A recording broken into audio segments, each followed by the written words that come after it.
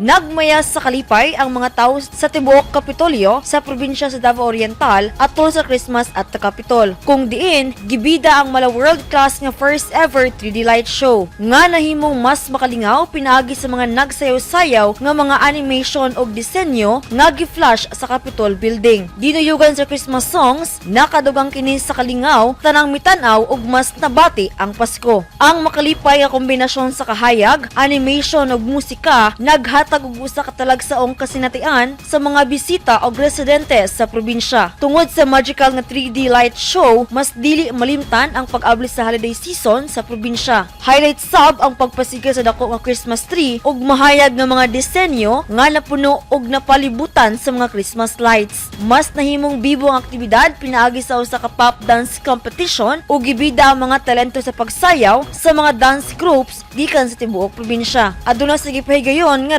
raffle draw. Sumala ni Governor Nino Oy testamentos sa paghatag og serbisyo sa probinsyal nga gobyerno sa tibuok katawan sa Davao Oriental ang 3D light show nga gipakita ang panaghiusa, kalipay ug paglaom sa mga tawo sa Davao Oriental. Sumala sa probinsyal nga gobyerno, masud-ong ang 3D light show matag Biyernes, Sabado ug Domingo hangtod mahuman ang bulan sa Disyembre.